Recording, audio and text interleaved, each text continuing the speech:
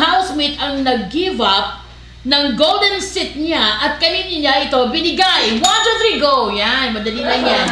Siyempre si Brent. Oh, kanina binigay. Hindi ka. That's what I do. That's what I do, pa. So, ano talaga sila? Close talaga si Brent tsaka si Nika? Opo. I mean, their closeness is talagang, oo, friendship ba? Or Close sila and at the same time, sobrang selfless kasi din talaga ni Brent.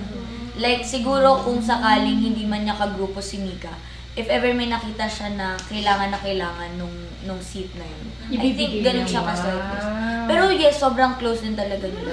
As in, hinahangaan ko rin yung closeness. Ako ina-assert ko sila eh. Ayun, sila ni Shubi! Sila ni Shubi mahilig makasal! Sila ni Shubi ganyan sila. Episode. Gumagawa sila ng episode tuwing kinikilig sila dun sa. ay talaga? Pero hindi masyadong pinapakita yung iba, no? Hindi ko